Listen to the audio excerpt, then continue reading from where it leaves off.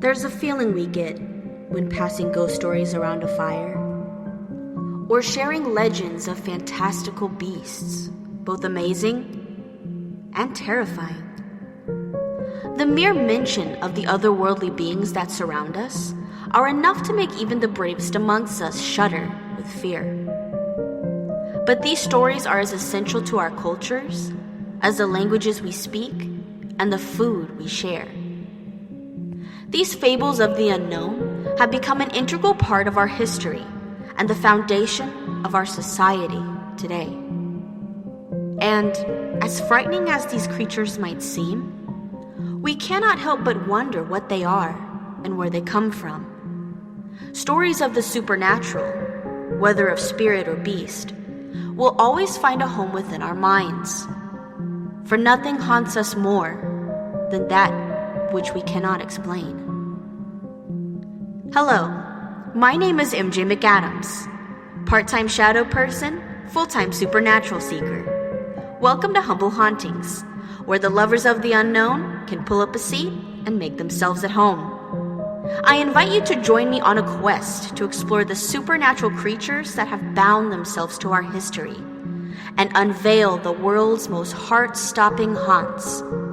Haunts that could be as close as your front door. Because after all, home is where the haunt is.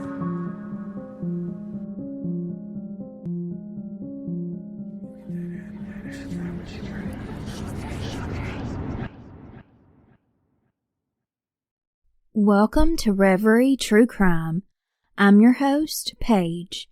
Today's episode, I'll be reading all of your spookiest stories that you sent in.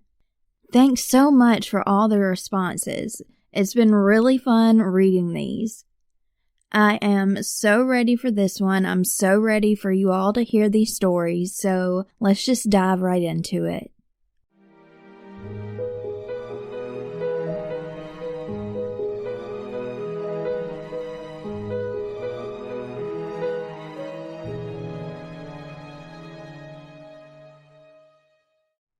This first story comes to us from Alex from the Weird Distractions podcast. She says, So, in episode 12, Christy and I chat about the Rolling Hills Asylum. The both of us went back last September 2019 with our friend Maggie. We got a cheap 2-bed hotel. We got back from exploring Rolling Hills, which I would recommend. Maggie and I were sharing a bed. After we spoke a bit, I turned off the lamp and we all settled in. Now, as soon as I turned off the light, I felt super unsafe. I felt like someone was at the edge of my bed or that something was there. I remember thinking, don't open your eyes. It's probably just the aftershock of being in a super haunted place for hours. The next morning, we were getting ready when Maggie mentioned she felt unsettled after I turned the light off, and that she felt there was someone or something at the corner of my side of the bed. We both felt like something was there, and we both were freaked out without mentioning anything. The experience at Rolling Hills was also spooky. I saw what appeared to be a shadow figure appear around a corner at one point, like pop its head and one shoulder around the corner. Mind you, I wasn't wearing my glasses and it was getting late, so my eyes could have been playing tricks. This story comes from Tom. He writes, So, this is pretty easy to verify, as most of his records have been made public and such, but Michael Anthony Rodriguez, who would later become one of the Texas Seven, and given the death penalty for his crimes, but in the late 80s, before all of that, his dad bought him a taco house on 6307 San Pedro Avenue in San Antonio, right across the street from an auto repair shop, now called Caliber. But then it was Sanders Fisher, where I worked. Michael would open the taco house and Terry would often be there helping. Not gonna lie, the guy made an amazing breakfast taco, and there was a regular group of us who would meet over there at 6 every morning. We met there every day, often having lunch there too, until the day that it was closed, and we didn't know why until the police showed up. Michael had paid someone to kill his wife, Teresa. Long story short, from here it's all on Murderpedia and such. He was convicted and jailed. He escaped from jail as one of what would become the Texas Seven. Rodriguez ended up killing an officer and was sentenced to death, and the death sentence was carried out, I think, in 2008. By this time, I had moved back to New York. This one is called Personal Paranormal Activity, and it's from Loretta of the Curious Nixons podcast, and she has 3 stories for us. The first story, she says, I decided that I would circle back to some personal paranormal tales. I had a friend that's house was believed by us and others to be very haunted. In our first video, I mentioned my first experience in which the lighters in my hands were blown out. It happened in this house. I have many stories here and believe it's time to cover them. Our understanding was that there was a family that haunted this house, an adult man, an adult woman, a young boy, and a baby. I want to say the baby was a girl, but I'm not sure. Most of the shit that would happen is pretty typical with ghosts, I would say. They would stomp up and down the stairs, bang on the walls, and mess with the lights and electricity. This was usually pretty annoying and less terrifying, but the negative feeling when the adults would come into presence was not good. My friends would often wake up with scratch marks on their back, or would claim to feel this pain that was described as a knife trying to escape. I don't believe I ever had scratch marks, and I don't recall if I ever felt pain like this, but I definitely felt some torment from them. One of the more mild stories I have is when I was holding the cat in the kitchen while talking to my friend. All was fine and the cat was comfortable. Then he became very tense. His hair stood up. He pressed his claws into me as to hold on, but not to hurt me, and looked towards the entrance to the stairs. He watched from the stairs across the floor, then over my feet before jumping from my arms and running away. As he was watching my feet, I felt them get colder, and I always believed that that was the baby crawling over my feet. One night, laying on the trampoline, we all looked back towards the house after hearing a thud, and we appeared to see red eyes peering out of the window. This appeared to be the adult male, frustrated that he was unable to come out, or just be a fucking demon, who knows. Even from this distance, we were terrified, and the boys again claimed to have felt pain even with the distance. I was basically frozen in fear. Another night, I was sleeping downstairs alone, which was highly uncommon as downstairs is where the ghosts normally were. I was terrified, but finally able to drift off to sleep. Within moments, I saw the room, lit as if the light were still on, and clear as anything. I didn't even question it.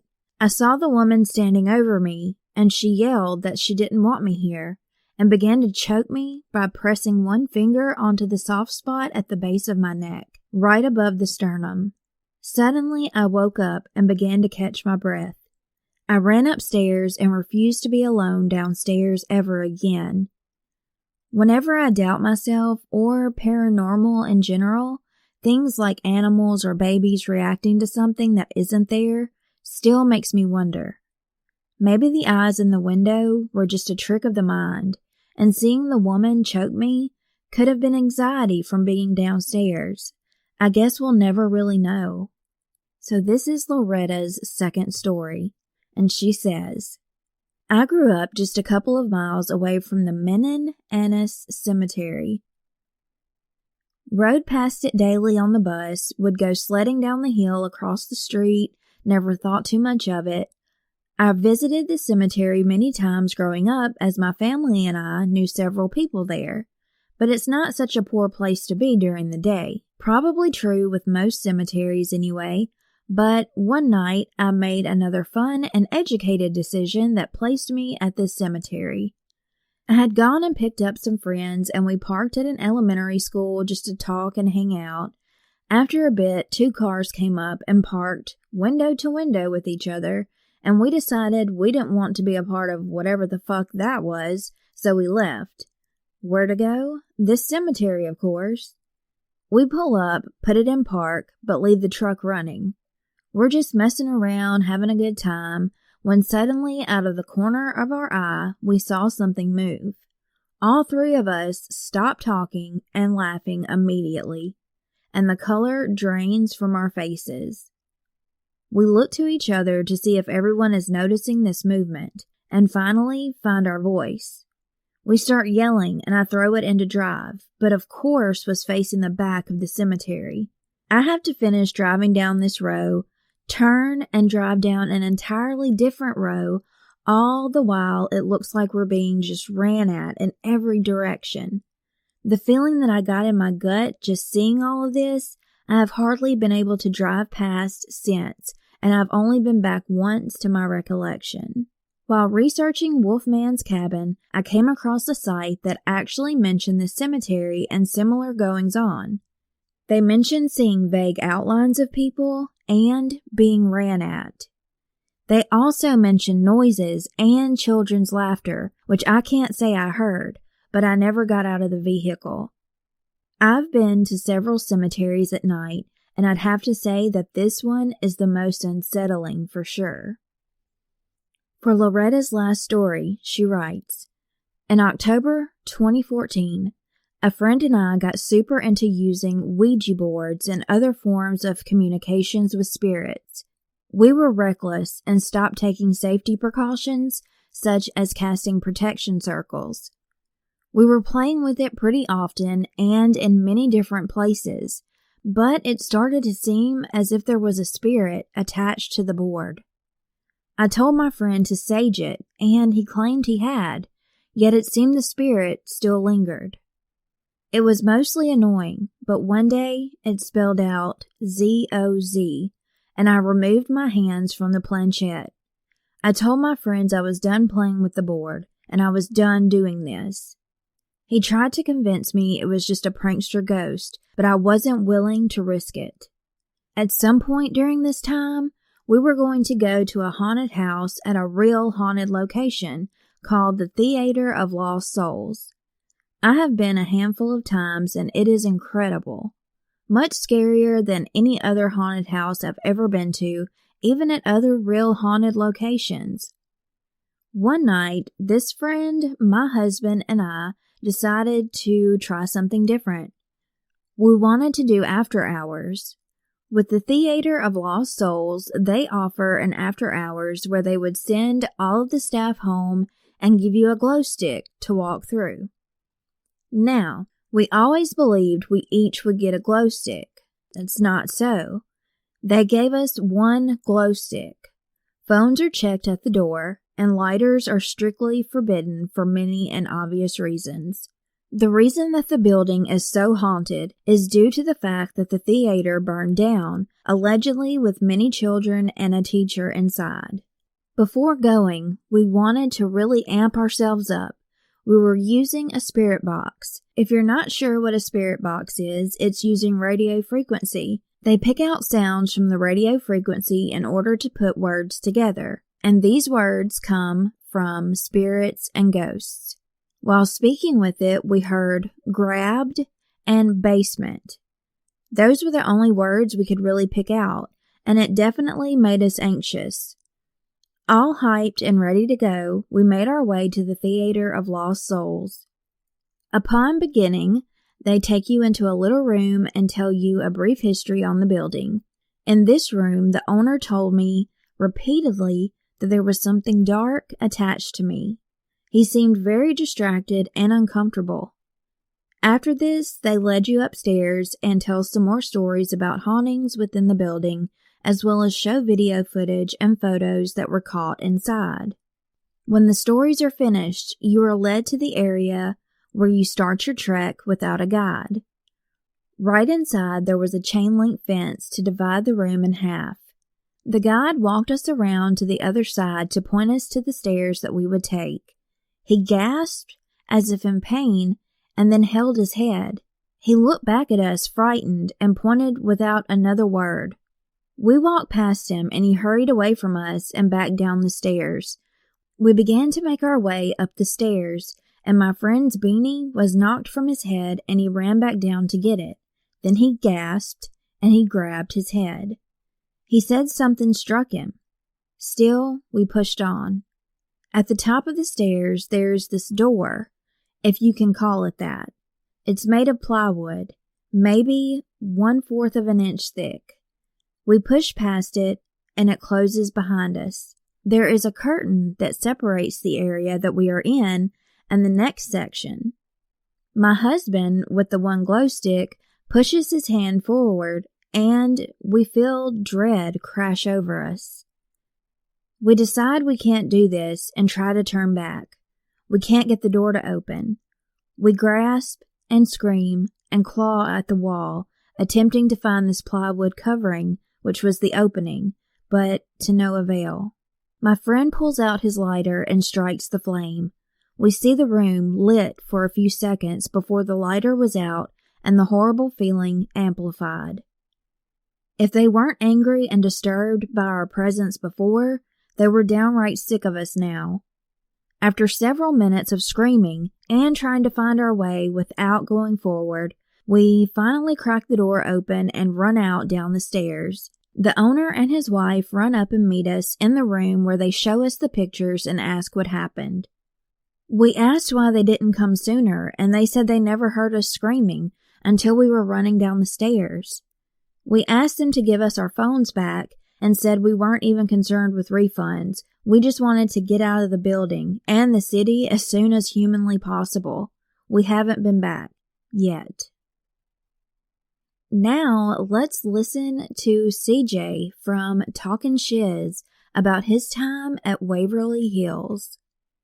This is CJ with the Amazing World of Talkin' Shiz. I know you guys asked me to tell my story of the time I went to Waverly Hills Sanitarium. This has been about 15 years ago, so it's been a while. And unfortunately, when my laptop crashed, I lost all my ghost pictures and everything, so I'm really disappointed. But I can say that it is definitely haunted. I remember I went with a group of friends, and it was on a Friday night. And we arrived in Louisville, Kentucky at Waverly Hills Sanitarium around midnight. And they directed us to go into this outside area. Forgot what it was called, but that's where you go and you wait. And so we decided that we wanted to be the last group, which is good because, I didn't want anything, other groups or whatever to interfere because I wanted my own experience. So I think it was about 1:30 in the morning when they called our group, and we entered, and it was pitch black, and I promise you, it was silent. I didn't even hear crickets or anything, no owls, no night birds, no nothing. It was total silent, and it was dark except for the lights that was on the premises. So we went in, and we started out at the 3rd floor, and the tour guide was talking, and he said that no Ouija boards, no seances, you can't do anything like that inside the sanitarium. So you couldn't bring anything in except for cameras and your video camera. We're allowed to survey the area on the floor, but we're not allowed to go up floor or down the floor. We have to stay on the 3rd floor and to be very careful. In our group, of course, we brought our own flashlights. I brought a video camera and I brought a digital camera as well. I wanted to stay in the back of the group while the tour guide, he was talking about the history of Waverly Hills, but I didn't want to hear, the hauntings or anything else. I wanted my own experience. And so at the end of the hall, it's a huge, huge area. He walked us all the way down the hall and he gave us free roam. So a friend of mine and we decided to go off on our own, and we started walking down this corridor, and it's dark and you can't see nothing. You can see the silhouette of Louisville, and a friend of mine, we're sitting there walking, and I heard a sound, and we heard like a soft, like a tap. It was like tap, tap, tap, tap. And we're looking, and, being that the windows are all busted out and it's very open, it could have been anything. And all of a sudden we heard like a crash, like a loud bang, and it made us jump. And so we were looking around, and come to find out there was a piece of board, like a 2x4. It looked like it maybe had been laying against the wall, like straight up vertical, and it just crashed to the ground. We were definitely not prepared to hear a large crash. So after we heard that, we decided that we were going to turn around and head back toward the group. On the way back, we heard some type of laughter. It sounded like a child's laughter, and that was kind of creepy. And I looked around and I asked my friend, I was like, did you hear that giggling? He said, yeah. So we stopped and we waited to see if it'll do it again, and it didn't happen again. That's about the only experience that I had on the third floor. On the fourth floor, it kind of got a little creepier, and my friend and I, once again, we did go out by ourselves. Had my light shine down, and I had my camera pointed, and it looked like a shadow figure ran across from one room to the next. And on the fifth floor, I didn't get any experience on the fifth floor. The only thing that it looked like the swings were moving. That's the only thing that I did see. It was nothing too scary about the fifth floor. The second floor wasn't nothing going on, and the first floor wasn't nothing going on to me. But as far as that, I would say the most experience I did have, it was around the third and fourth floor of the Waverly Hills Sanitarium. This story is from Dean, who is one half of the Family Plot podcast. He writes, I used to do stand-up comedy. I was in Grand Junction, Colorado, and had just done a show at an English-style pub in a mall. So I was at my car loading my merch into the trunk. I used to sell t-shirts, CDs, and underwear. I felt a cold chill run down my spine. That's when I noticed two boys, one around 14, one around 8, standing there, staring at me. My heart was pounding out of my chest. I was scared and didn't know why. The older boy asked if I could give them a ride home. I told them I was from out of town and didn't know the area. The older one said they could give me directions. The younger one said they wouldn't hurt me, which, if the alarm bells hadn't been ringing in my head already, that would have set them ringing for sure. That's when I noticed their eyes, pure black. I told them I had to get back to the hotel to get a call from my wife. I wasn't even married at the time. I jumped in the front seat and took off. Looking back, the kids were gone. I tried for years to talk myself into a rational explanation, but the utter bug-fuck terror I felt and still feel when I think about it makes no sense with any rational explanation. This story comes from Nikki, and she has a few stories to share. The first story goes as follows. I'm going to try to keep this one short since I have a terrible habit of rambling on about things. So, a few years ago, before Tyler and I got together, I dated this guy named Drew. He was nice enough, but my internal oh fuck no meter went off with him a whole lot. I bought him Chainsmoker tickets. He stayed over once in a while, had keys to my place, always promising to pay me back with a casual, I got you. I still fucking hate the phrase. I always had a sense that he was going to do something stupid, just not this bad.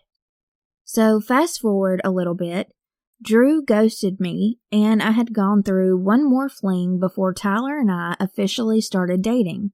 Our 3 years just passed this June. I had seen the news and saw a name and rat face I knew right away on a news story on Facebook.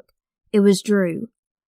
Turns out his little friend had thought her boyfriend was cheating on her, with no proof. By the way, he bailed on me at the above concert to hang out with this chick. So what did she do? She got Drew and one more guy to beat him to death. To say I was shooketh was an understatement. I knew he'd be a wet piece of lettuce, but not this wet of one. But also, he owed me money. So, I didn't care that he was getting locked away for a while. Needless to say, it's still something I never can shake off, that my inner voice was like, bail, bail, bail, while I had the chance. Anyways, that's my short story of how I dated a murderer and how he still owes me money. But I couldn't give a shit because he's behind bars anyway. Nikki's second story. Hello everyone of the world, my name is Nikki, and I have a weird-ass fucking life as a medium who literally can't stand having the ability to see or attract the dead. So, of course, weird shit has happened to me. Let me tell you a couple of my faves that still annoy me to this day. First one starts when I was 7 years old. I was a little shit that preferred to stay up until 2 in the morning while watching OG Powerpuff Girls. Naturally, my parents were sick and tired of my cranky ass shit and told me to go to my room, so I did. I actually listened to them for once, but of course the little boy ghost in my house couldn't resist totally fucking with me over the night. So I shit you not, I thought I dreamed what happened next. I woke up a little. If I'm serious, I'm not good at staying asleep and never have been. And I saw that I was floating down the hallway. I'm talking knees in my face, cradle carrying, floating down the hall with nobody carrying me. I thought it was a fucking dream until I woke up in the living room. Side note, this was a 3-bedroom apartment and my little brother and I shared the bedroom closest to the kitchen and living room. So this was not a super far travel, but nothing to sneeze at. So I was rudely awakened by my mother, angry at me that I snuck into the living room late at night, no matter how much I promised I didn't. Here's the kicker though. The TV was on, get this, Cartoon Network. It happened to be showing Powerpuff Girls that morning. Needless to say, I'm still peeved. Second story happens much later in life. I was about 16 or 17 years old. We had moved into a duplex and naturally it was fucking haunted. Not because of normal things, but because things like to follow me and be like, LOL, she can see us, so let's fuck with her. So naturally, I spent a lot of my time in my bedroom. Then one day, after a lot of hounding from my parents for not listening to them about things they literally never told me about, I finally saw the cause of all my problems. While walking out of my bedroom, I finally saw her. A black shadow version of myself. Not that far off since I still wear all black to this day. This thing scared me so much I fucking noped myself right back into my bedroom. The hell with all that. So those are 2 of my best, most annoying stories that I have for you. Hope you enjoyed. I sure as fuck didn't when it happened. Much love, Nikki of the Page Turners and Button Mashers podcast. So that concludes the Spooktober story episode, and I really hope you enjoyed that. I really loved reading your spooky stories, and hopefully we can do some more listener type of stories soon. So until next time, stay safe, stay healthy, and stay spooky. Send me any of your stories anytime at reverytruecrime@gmail.com.